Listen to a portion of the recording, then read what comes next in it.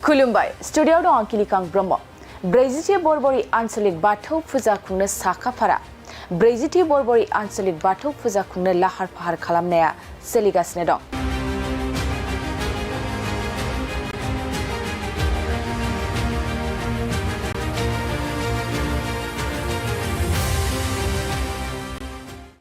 बाक्सा जिल्ला बरबरीयाव ब्रैजिथि बरबरी आन्चलिक बाथौ फुजा खुंनो लाहार फाहार खालामनाया थाद'नाय गैयै सोलिगासिनो थानायखौ बे समाव नुनो मोननाय जादों।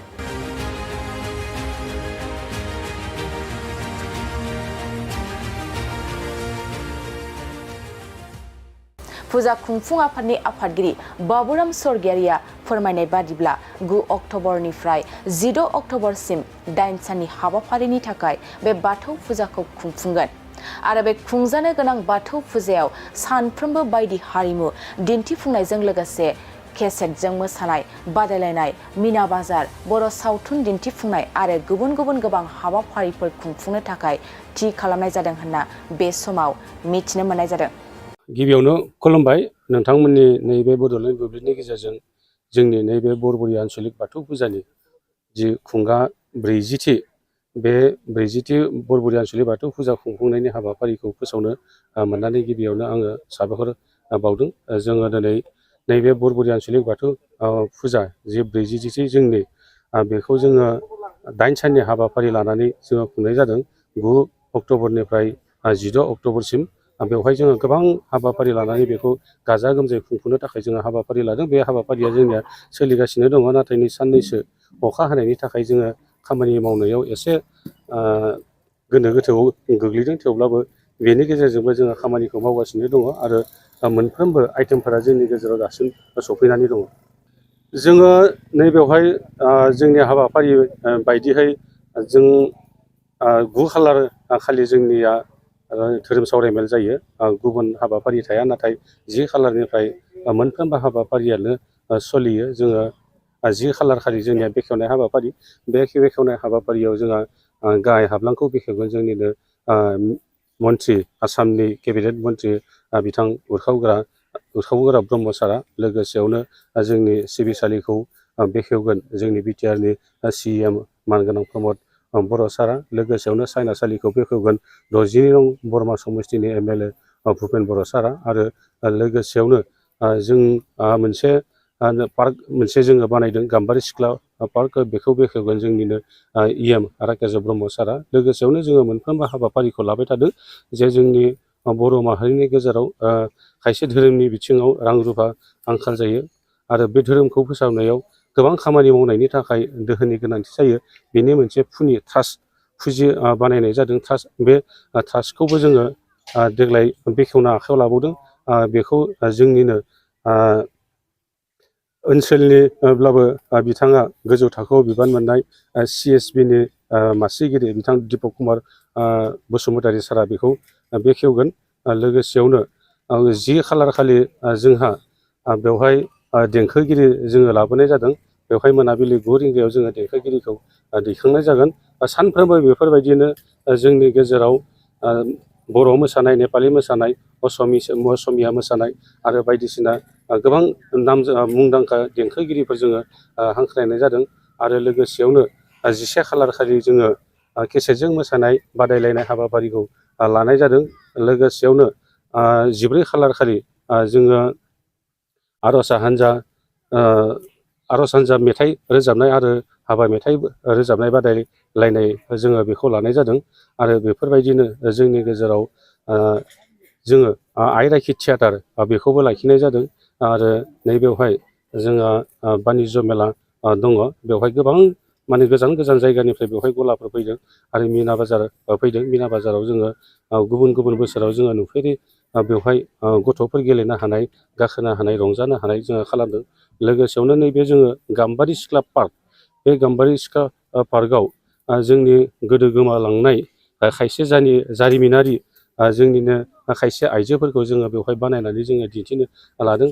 लोगोसेयावनो खायसे जिब जुनारफोरनि मुर्तिबो बेवहाय जों जाय जिब जुनारखौ जोङो दासिम नुनो मोनला, बेफोर जिब जुनारखौ जोङो बे पार्कनि गेजेरजों जोङो दिन्थिनो थाखाय आखायाव लादों। आरो सानफ्रोमबो नोंथांमोना नैबेवहाय फैनानै टिकेटनि जोहै सिनेमाबो नायनो मोनगोन। ओंखायनो सानफ्रोमबोनिबो हाबाफारियाव आङो रायजो राजाफोरखौ लैहोर लैहोर फैनानै जोंनि नैबे हाबाफारियाव जाफुंसार होफैनो थाखाय आं गासै रायजो राजाफोरखौ खावलायहरनाय जाबाय। गोजोनथाव खौरां TVSनि गारि लानो गोसो गुदुं जानाय सुबुंफोरनि थाखाय मोनसे गोजोनथाव खौरां। चिरां जिल्ला बिजनीनि बागुरुम्बा TVS गारि श'रुमा नोंथांमोननि थाखाय दुर्गा फुजानि धामाका अफार लानानै फैदों। बाइक आरो स्कुटि गारि सालायनो मोजां मोनग्रा रायजो राजाफोरनि थाखाय बागुरुम्बा TVS गारि श'रुमा धामाका अफार होना नोंथांमोननि गेजेराव मोनसे मोजां खाबु होगासिनो दं। बिजनी स्टेट बेंकनि साखाथिनि CRPF केम्पनि उल्था सोनाब फारसे थानाय बागुरुम्बा TVS श'रुमाव डाउन पेमेन्ट होनानै नोंथाङा TVSनि गारि लानो हागोन। नोंथांमोना बागुरुम्बा TVS श'रुमाव फैनानै नोंथांनि लुबैनाय बायदि TVSनि गारिखौ लांफैनो हागोन। TVSनि गारि सालायनो मोजां मोनग्रा रायजो राजाफोरनि थाखाय बागुरुम्बा TVS श'रुमा बेनि अनगायैबो गोबां मोजां अफार लाबोदों। बेफोर अफारफ्रानो जाबाय जेरै गंनै हेलमेट फ्रि, फुल टिंकि पेट्रल फ्रि एसयर गिफ्ट आरो TVS कम्पानिनि गासैबो मडेलनि एक्सचेन्जनि खाबुआ एभेलेबल जागोन। आरोबाव गुबुन मोनसे मोजां खाबुआ जादों फाइनान्स लागिरिफ्रा डाउन पेमेन्ट होनानै खम बेसेनाव TVS कम्पानिनि गारिखौ लानो हागोन। लोगोसे आबुङै मिन्थिनो आरो बुकिं खालामनो थाखाय 7002132259 एबा 8638131734 जानबुं नम्बराव कल खालामना खौरां लानो हागोन। खुलुमबाय, स्टुडिय'आव दं आं किलिकां ब्रह्म। 40थि बरबरि आन्चलिक बाथौ फुजा खुंनो साखाफारा। 40थि बरबरि आन्चलिक बाथौ फुजा खुंनो लाहार फाहार खालामनाया सोलिगासिनो दं।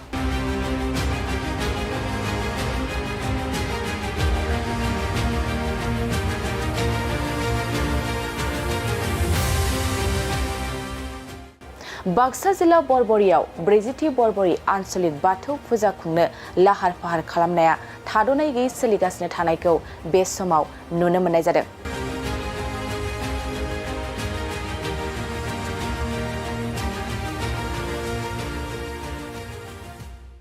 फुजा खुंफुं आफादनि आफादगिरि बाबुराम स्वर्गियारिया फोरमायनाय बादिब्ला 9 अक्ट'बरनिफ्राय 14 अक्ट'बरसिम 8 साननि हाबाफारिनि थाखाय बे बाथौ फुजाखौ खुंफुंगोन आरो बे खुंजानो गोनां बाथौ फुजायाव सानफ्रोमबो बायदि हारिमु दिन्थिफुंनायजों लोगोसे केसेटजों मोसानाय बादायलायनाय, मिना बाजार, बर' सावथुन दिन्थिफुंनाय आरो गुबुन गोबां हाबाफारिफोर खुंफुंनो थाखाय थि खालामनाय जादों होनना बे समाव मिथिनो मोननाय जादों। गिबियावनो खुलुमबाय, नोंथांमोननि नैबे बड'लेण्ड बुब्लिनि गेजेरजों जोंनि नैबे बरबरि आन्चलिक बाथौ फुजानि जि खुंगा 40थि बे 40थि बरबरि आन्चलिक बाथौ फुजा खुंफुंनायनि हाबाफारिखौ फोसावनो मोननानै गिबियावनो आङो साबायखर बावदों। जोङो दिनै नैबे बरबरि आन्चलिक बाथौ फुजा जि 40थि जोंनि बेखौ जोङो 8 साननि हाबाफारि लानानै जोङो खुंनाय जादों। 9 अक्ट'बरनिफ्राय 14 अक्ट'बरसिम बेवहाय जोङो गोबां हाबाफारि लानानै बेखौ गाजा गोमजायै खुंफुंनो थाखाय जोङो हाबाफारि लादों। बे हाबाफारिया जोंनिया सोलिगासिनो दङ, नाथाय नै साननैसो अखा हानायनि थाखाय जोङो खामानि मावनायाव एसे गोनो गोथोआव गोग्लैदों। थेवब्लाबो बेनि गेजेरजोंबो जोङो खामानिखौ मावगासिनो दङ आरो मोनफ्रोमबो आइटेमफोरा जोंनि गेजेराव दासिम सफैनानै दङ। जोङो नैबेवहाय जोंनि हाबाफारि बायदिहाय जों 9 खालार खालि जोंनिया धोरोम सावरायमेल जायो, गुबुन हाबाफारि थाया। नाथाय 10 खालारनिफ्राय मोनफ्रोमबो हाबाफारियानो सोलियो। जोङो 10 खालार खालि जोंनिया बेखेवनाय हाबाफारि, बे बेखेवनाय हाबाफारियाव जोंहा गाहाय हाब्लांखौ बेखेवगोन जोंनिनो मन्त्रि, आसामनि केबिनेट मन्त्रि बिथां उरखावगोरा ब्रह्म सारा। लोगोसेयावनो जोंनि सिबिसालिखौ बेखेवगोन जोंनि बिटिआरनि CM मानगोनां प्रमद बर' सारा। लोगोसेयावनो सायनासालिखौ बेखेवगोन 62 नं बरमा समस्तिनि MLA भुपेन बर' सारा। आरो लोगोसेयावनो जों मोनसे पार्क जोङो बानायदों, गाम्बारि सिख्ला पार्क, बेखौ बेखेवगोन जोंनिनो EM राकेश ब्रह्म सारा। लोगोसेयावनो जोङो मोनफ्रोमबो हाबाफारिखौ लाबाय थादों जे जोंनि बर' माहारिनि गेजेराव खायसे धोरोमनि बिथिङाव रां रुफा आंखाल जायो आरो बे धोरोमखौ फोसाबनायाव गोबां खामानि मावनायनि थाखाय दोहोननि गोनांथि जायो। बेनि मोनसे फुनि ट्रास्ट फुजि बानायनाय जादों ट्रास्ट। बे ट्रास्टखौबो जोङो देग्लाय बेखेवना आखायाव लाबावदों। बेखौ जोंनिनो ओनसोलनिब्लाबो बिथाङा गोजौ थाखोआव बिबान मोननाय CSBनि मासिगिरि बिथां दिपक कुमार बसुमतारी सारा बेखौ बेखेवगोन। लोगोसेयावनो 10 खालार खालि जोंहा बेवहाय देंखोगिरि जोङो लाबोनाय जादों। बेवहाय मोनाबिलि 9 रिंगायाव जोङो देंखोगिरिखौ दैखांनाय जागोन। सानफ्रोमबो बेफोरबायदिनो जोंनि गेजेराव बर' मोसानाय, नेपालि मोसानाय, असमिया मोसानाय आरो बायदिसिना गोबां मुंदांखा देंखोगिरिफोर जोङो हांख्रायनाय जादों। आरो लोगोसेयावनो 11 खालार खालि जोङो केसेटजों मोसानाय बादायलायनाय हाबाफारिखौ लानाय जादों। लोगोसेयावनो 14 खालार खालि जोङो आरज हान्जा मेथाइ रोजाबनाय आरो हाबा मेथाइ रोजाबनाय बादायलायनाय जोङो बेखौ लानाय जादों। आरो बेफोरबायदिनो जोंनि गेजेराव जोङो आइराखि थियाटार बेखौबो लाखिनाय जादों। आरो नैबेवहाय जोंहा बानिज्य मेला दङ। बेवहाय गोबां गोजान गोजान जायगानिफ्राय बेवहाय गलाफोर फैदों आरो मिना बाजार फैदों। मिना बाजाराव जोङो गुबुन गुबुन बोसोराव जोङो नुफेरि बेवहाय गथ'फोर गेलेनो हानाय, गाखोनो हानाय, रंजानो हानाय जोङो खालामदों। लोगोसेयावनो नैबे जोङो गाम्बारि सिख्ला पार्क, बे गाम्बारि सिख्ला पार्कआव जोंनि गोदो गोमालांनाय खायसे जारिमिनारि जोंनिनो खायसे आइजोफोरखौ जोङो बेवहाय बानायनानै जोङो दिन्थिनो लादों। लोगोसेयावनो खायसे जिब जुनारफोरनि मुर्तिबो बेवहाय जों जाय जिब जुनारखौ जोङो दासिम नुनो मोनला, बेफोर जिब जुनारखौ जोङो बे पार्कनि जोहै जोङो दिन्थिनो थाखाय आखायाव लादों। आरो सानफ्रोमबो नोंथांमोना नैबेवहाय फैनानै टिकेटनि जोहै सिनेमाबो नायनो मोनगोन। ओंखायनो सानफ्रोमबोनि हाबाफारियाव आङो रायजो राजाफोरखौ लैहोर लैहोर फैनानै जोंनि नैबे हाबाफारियाव जाफुंसार होफैनो थाखाय आं गासै रायजो राजाफोरखौ खावलायहरनाय जाबाय। गोजोनथाव खौरां। TVSनि गारि लानो गोसो गुदुं जानाय सुबुंफोरनि थाखाय मोनसे गोजोनथाव खौरां। चिरां जिल्ला बिजनीनि बागुरुम्बा TVS गारि श'रुमा नोंथांमोननि थाखाय दुर्गा फुजानि धामाका अफार लानानै फैदों। बाइक आरो स्कुटि गारि सालायनो मोजां मोनग्रा रायजो राजाफोरनि थाखाय बागुरुम्बा TVS गारि श'रुमा धामाका अफार होना नोंथांमोननि गेजेराव मोनसे मोजां खाबु होगासिनो दं। बिजनी स्टेट बेंकनि साखाथिनि CRPF केम्पनि उल्था सोनाब फारसे थानाय बागुरुम्बा TVS श'रुमाव डाउन पेमेन्ट होनानै नोंथाङा TVSनि गारि लानो हागोन। नोंथांमोना बागुरुम्बा TVS श'रुमाव फैनानै नोंथांनि लुबैनाय बायदि TVSनि गारिखौ लांफैनो हागोन। TVSनि गारि सालायनो मोजां मोनग्रा रायजो राजाफोरनि थाखाय बागुरुम्बा TVS श'रुमा बेनि अनगायैबो गोबां मोजां अफार लाबोदों। बेफोर अफारफ्रानो जाबाय जेरै गंनै हेलमेट फ्रि, फुल टिंकि पेट्रल फ्रि एसर गिफ्ट आरो TVS कम्पानिनि गासैबो मडेलनि एक्सचेन्जनि खाबुआ एभेलेबल जागोन। आरोबाव गुबुन मोनसे मोजां खाबुआ जादों फाइनान्स लागिरिफ्रा डाउन पेमेन्ट होनानै खम बेसेनाव TVS कम्पानिनि गारिखौ लानो हागोन। लोगोसे आबुङै मिन्थिनो आरो बुकिं खालामनो थाखाय 7002132259 एबा 8638131734 जानबुं नम्बराव कल खालामना खौरां लानो हागोन। खुलुमबाय, स्टुडिय'आव दं आं किलिकां ब्रह्म। 40थि बरबरि आन्चलिक बाथौ फुजा खुंनो साखाफारा। 40थि बरबरि आन्चलिक बाथौ फुजा खुंनो लाहार फाहार खालामनाया सोलिगासिनो दं।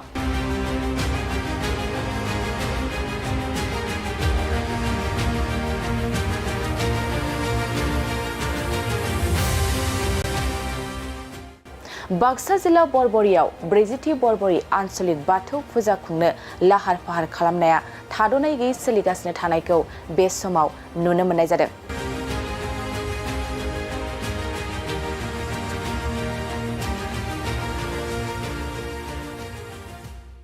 फुजा खुंफुं आफादनि आफादगिरि बाबुराम स्वर्गियारिया फोरमायनाय बादिब्ला 9 अक्ट'बरनिफ्राय 14 अक्ट'बरसिम 8 साननि हाबाफारिनि थाखाय बे बाथौ फुजाखौ खुंफुंगोन। आरो बे खुंजानो गोनां बाथौ फुजायाव सानफ्रोमबो बायदि हारिमु दिन्थिफुंनायजों लोगोसे केसेटजों मोसानाय बादायलायनाय, मिना बाजार, बर' सावथुन दिन्थिफुंनाय आरो गुबुन गोबां हाबाफारिफोर खुंफुंनो थाखाय थि खालामनाय जादों होनना बे समाव मिथिनो मोननाय जादों। गिबियावनो खुलुमबाय नोंथांमोननि नैबे बड'लेण्ड बुब्लिनि गेजेरजों जोंनि नैबे बरबरि आन्चलिक बाथौ फुजानि जि खुंगा 40थि बे 40थि बरबरि आन्चलिक बाथौ फुजा खुंफुंनायनि हाबाफारिखौ फोसावनो मोननानै गिबियावनो आङो साबायखर बावदों। जोङो दिनै नैबे बरबरि आन्चलिक बाथौ फुजा जि 40थि जोंनि बेखौ जोङो 8 साननि हाबाफारि लानानै जोङो खुंनाय जादों। 9 अक्ट'बरनिफ्राय 16 अक्ट'बरसिम बेवहाय जोङो गोबां हाबाफारि लानानै बेखौ गाजा गोमजायै खुंफुंनो थाखाय जोङो हाबाफारि लादों। बे हाबाफारिया जोंनिया सोलिगासिनो दङ, नाथाय नै साननैसो अखा हानायनि थाखाय जोङो खामानि मावनायाव एसे गोनो गोथोआव गोग्लैदों। थेवब्लाबो बेनि गेजेरजोंबो जोङो खामानिखौ मावगासिनो दङ आरो मोनफ्रोमबो आइटेमफोरा जोंनि गेजेराव दासिम सफैनानै दङ। जोङो नैबेवहाय जोंनि हाबाफारि बायदिहाय जों 9 खालार खालि जोंनिया धोरोम सावरायमेल जायो। गुबुन हाबाफारि थाया, नाथाय 10 खालारनिफ्राय मोनफ्रोमबो हाबाफारियानो सोलियो। जोङो 10 खालार खालि जोंनिया बेखेवनाय हाबाफारि, बे बेखेवनाय हाबाफारियाव जोंहा गाहाय हाब्लांखौ बेखेवगोन जोंनिनो मन्त्रि, आसामनि केबिनेट मन्त्रि बिथां उरखाव ब्रह्म सारा। लोगोसेयावनो जोंनि सिबिसालिखौ बेखेवगोन जोंनि बिटिआरनि CM मानगोनां प्रमद बर' सारा। लोगोसेयावनो सायनासालिखौ बेखेवगोन 62 नं बरमा समस्तिनि MLA भुपेन बर' सारा। आरो लोगोसेयावनो जों मोनसे पार्क जोङो बानायदों, गाम्बारि सिख्ला पार्क, बेखौ बेखेवगोन जोंनिनो EM राकेश ब्रह्म सारा। लोगोसेयावनो जोङो मोनफ्रोमबो हाबाफारिखौ लाबाय थादों जे जोंनि बर' माहारिनि गेजेराव खायसे धोरोमनि बिथिङाव रां रुफा आंखाल जायो आरो बे धोरोमखौ फोसाबनायाव गोबां खामानि मावनायनि थाखाय दोहोननि गोनांथि जायो। बेनि मोनसे फुजि बानायनाय जादों ट्रास्ट। बे ट्रास्टखौबो जोङो देग्लाय बेखेवना आखायाव लाबावदों। बेखौ जोंनिनो ओनसोलनिब्लाबो बिथाङा गोजौ थाखोआव बिबान मोननाय CSBनि मासिगिरि बिथां दिपक कुमार बसुमतारी सारा बेखौ बेखेवगोन। लोगोसेयावनो 10 खालार खालि जोंहा बेवहाय देंखोगिरि जोङो लाबोनाय जादों। बेवहाय मोनाबिलि 9 रिंगायाव जोङो देंखोगिरिखौ दैखांनाय जागोन। सानफ्रोमबो बेफोरबायदिनो जोंनि गेजेराव बर' मोसानाय, नेपालि मोसानाय, असमिया मोसानाय आरो बायदिसिना गोबां मुंदांखा देंखोगिरिफोर जोङो हांख्रायनाय जादों। आरो लोगोसेयावनो 11 खालार खालि जोङो केसेटजों मोसानाय बादायलायनाय हाबाफारिखौ लानाय जादों। लोगोसेयावनो 14 खालार खालि जोङो आर'ज हान्जा मेथाइ रोजाबनाय आरो हाबा मेथाइ रोजाबनाय बादायलायनाय जोङो बेखौ लानाय जादों। आरो बेफोरबायदिनो जोंनि गेजेराव जोङो आइ राखि थियाटार बेखौबो लाखिनाय जादों। आरो नैबेवहाय जोंहा बानिज्य मेला दङ। बेवहाय गोबां गोजान गोजान जायगानिफ्राय बेवहाय गलाफोर फैदों आरो मिना बाजार फैदों। मिना बाजाराव जोङो गुबुन गुबुन बोसोराव जोङो नुफेरि बेवहाय गथ'फोर गेलेनो हानाय, गाखोनो हानाय, रंजानो हानाय जोङो खालामदों। लोगोसेयावनो नैबे जोङो गाम्बारि सिख्ला पार्क, बे गाम्बारि सिख्ला पार्कआव जोंनि गोदो गोमालांनाय खायसे जारिमिनारि जोंनिनो खायसे आइजोफोरखौ जोङो बेवहाय बानायनानै जोङो दिन्थिनो लादों। लोगोसेयावनो खायसे जिब जुनारफोरनि मुर्तिबो बेवहाय जों जाय जिब जुनारखौ जोङो दासिम नुनो मोनला, बेफोर जिब जुनारखौ जोङो बे पार्कनि जोहै जोङो दिन्थिनो थाखाय आखायाव लादों। आरो सानफ्रोमबो नोंथांमोना नैबेवहाय फैनानै टिकेटनि जोहै सिनेमाबो नायनो मोनगोन। ओंखायनो सानफ्रोमबोनि हाबाफारियाव आङो रायजो राजाफोरखौ लैहोर लैहोर फैनानै जोंनि नैबे हाबाफारियाव जाफुंसार होफैनो थाखाय आं गासै रायजो राजाफोरखौ खावलायहरनाय जाबाय। गोजोनथाव खौरां। TVSनि गारि लानो गोसो गुदुं जानाय सुबुंफोरनि थाखाय मोनसे गोजोनथाव खौरां। चिरां जिल्ला बिजनीनि बागुरुम्बा TVS गारि श'रुमा नोंथांमोननि थाखाय दुर्गा फुजानि धामाका अफार लानानै फैदों।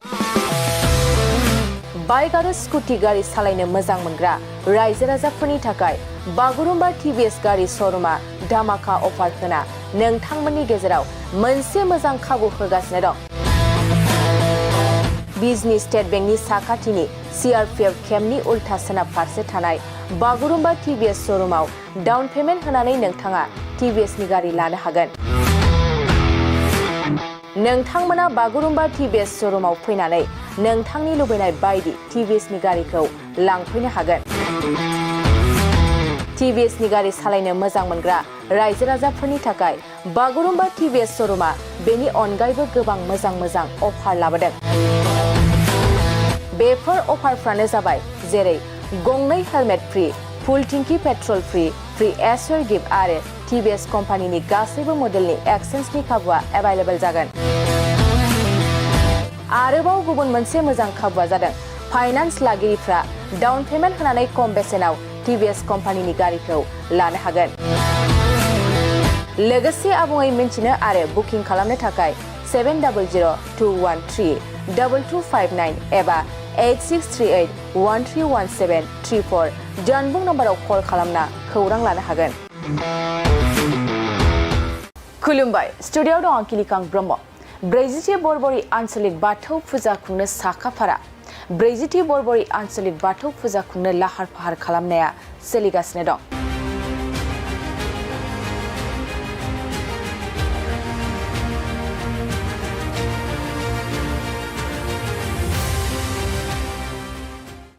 बाक्सा जिल्ला बरबरियाव 40थि बरबरि आन्चलिक बाथौ फुजा खुंनो लाहार फाहार खालामनाया थाद'नाय गैयै सोलिगासिनो थानायखौ बे समाव नुनो मोननाय जादों।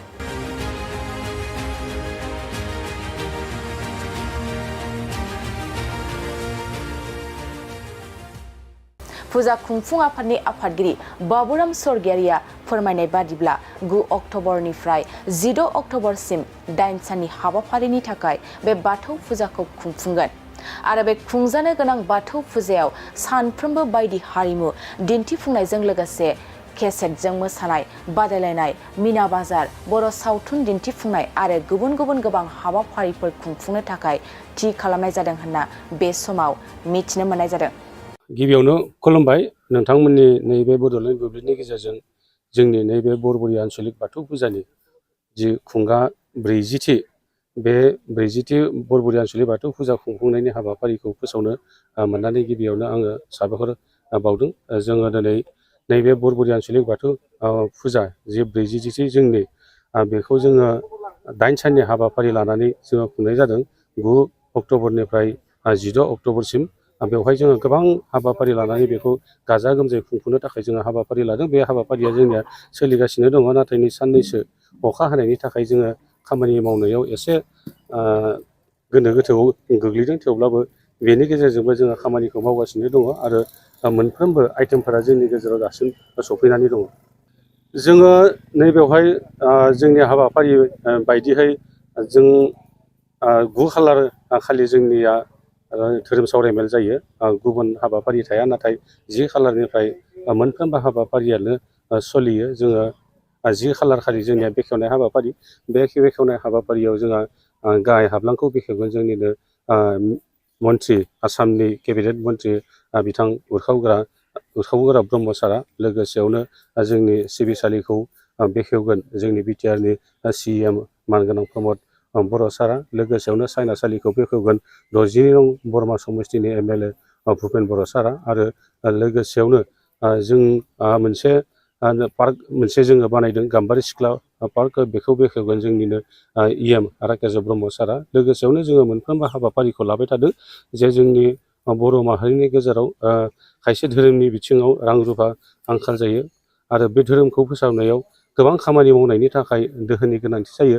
बेनि मोनसे ट्रास्ट बानायनाय जादों। बे ट्रास्टखौबो जोङो देग्लाय बेखेवना आखायाव लाबावदों। बेखौ जोंनिनो ओनसोलनिब्लाबो बिथाङा गोजौ थाखोआव बिबान मोननाय CSBनि मासिगिरि बिथां दिपक कुमार बसुमतारी सारा बेखौ बेखेवगोन। लोगोसेयावनो 10 खालार खालि जोंहा बेवहाय देंखोगिरि जोङो लाबोनाय जादों। बेवहाय मोनाबिलि 9 रिंगायाव जोङो देंखोगिरिखौ दैखांनाय जागोन। सानफ्रोमबो बेफोरबायदिनो जोंनि गेजेराव बर' मोसानाय, नेपालि मोसानाय, असमिया मोसानाय आरो बायदिसिना गोबां मुंदांखा देंखोगिरिफोर जोङो हांख्रायनाय जादों। आरो लोगोसेयावनो 11 खालार खालि जोङो केसेटजों मोसानाय बादायलायनाय हाबाफारिखौ लानाय जादों। लोगोसेयावनो 14 खालार खालि जोङो आर'ज हान्जा मेथाइ रोजाबनाय आरो हाबा मेथाइ रोजाबनाय बादायलायनाय जोङो बेखौ लानाय जादों। आरो बेफोरबायदिनो जोंनि गेजेराव जोङो आइ राखि थियाटार बेखौबो लाखिनाय जादों। आरो नैबेवहाय जोंहा बानिज्य मेला दङ बेवहाय गोबां माने गोजान गोजान जायगानिफ्राय बेवहाय गलाफोर फैदों आरो मिना बाजार फैदों मिना बाजाराव जोङो गुबुन गुबुन बोसोराव जोङो नुफेरि बेवहाय गथ'फोर गेलेनो हानाय गाखोनो हानाय रंजानो हानाय जोङो खालामदों लोगोसेयावनो नैबे जोङो गाम्बारि सिख्ला पार्क बे गाम्बारि सिख्ला पार्कआव जोंनि गोदो गोमालांनाय खायसे जारिमिनारि जोंनिनो खायसे आइजोफोरखौ जोङो बेवहाय बानायनानै जोङो दिन्थिनो लादों लोगोसेयावनो खायसे जिब जुनारफोरनि मुर्तिबो बेवहाय जों जाय जिब जुनारखौ जोङो दासिम नुनो मोनला बेफोर जिब जुनारखौ जोङो बे पार्कनि गेजेरजों जोङो दिन्थिनो थाखाय आखायाव लादों आरो सानफ्रोमबो नोंथांमोना नैबेवहाय फैनानै टिकेटनि जोहै सिनेमाबो नायनो मोनगोन ओंखायनो सानफ्रोमबोनिबो हाबाफारियाव आङो रायजो राजाफोरखौ लैहोर लैहोर फैनानै जोंनि नैबे हाबाफारियाव जाफुंसार होफैनो थाखाय आं गासै रायजो राजाफोरखौ खावलायहरनाय जाबाय। गोजोनथाव खौरां TVSनि गारि लानो गोसो गुदुं जानाय सुबुंफोरनि थाखाय मोनसे गोजोनथाव खौरां। चिरां जिल्ला बिजनीनि बागुरुम्बा TVS गारि श'रुमा नोंथांमोननि थाखाय दुर्गा फुजानि धामाका अफार लानानै फैदों। बाइक आरो स्कुटि गारि सालायनो मोजां मोनग्रा रायजो राजाफोरनि थाखाय बागुरुम्बा TVS गारि श'रुमा धामाका अफार होना नोंथांमोननि गेजेराव मोनसे मोजां खाबु होगासिनो दं। बिजनी स्टेट बेंकनि साखाथिनि CRPF केम्पनि उल्था सोनाब फारसे थानाय बागुरुम्बा TVS श'रुमाव डाउन पेमेन्ट होनानै नोंथाङा TVSनि गारि लानो हागोन। नोंथांमोना बागुरुम्बा TVS श'रुमाव फैनानै नोंथांनि लुबैनाय बायदि TVSनि गारिखौ लांफैनो हागोन। TVSनि गारि सालायनो मोजां मोनग्रा रायजो राजाफोरनि थाखाय बागुरुम्बा TVS श'रुमा बेनि अनगायैबो गोबां मोजां अफार लाबोदों। बेफोर अफारफ्रानो जाबाय जेरै गंनै हेलमेट फ्रि, फुल टेंकि पेट्रल फ्रि एसुर गिफ्ट आरो TVS कम्पानिनि गासैबो मडेलनि एक्सचेन्जनि खाबुआ एभेलेबल जागोन। आरोबाव गुबुन मोनसे मोजां खाबुआ जादों फाइनान्स लागिरिफ्रा डाउन पेमेन्ट होनानै खम बेसेनाव TVS कम्पानिनि गारिखौ लानो हागोन। लोगोसे आबुङै मिन्थिनो आरो बुकिं खालामनो थाखाय 7002132259 एबा 86381317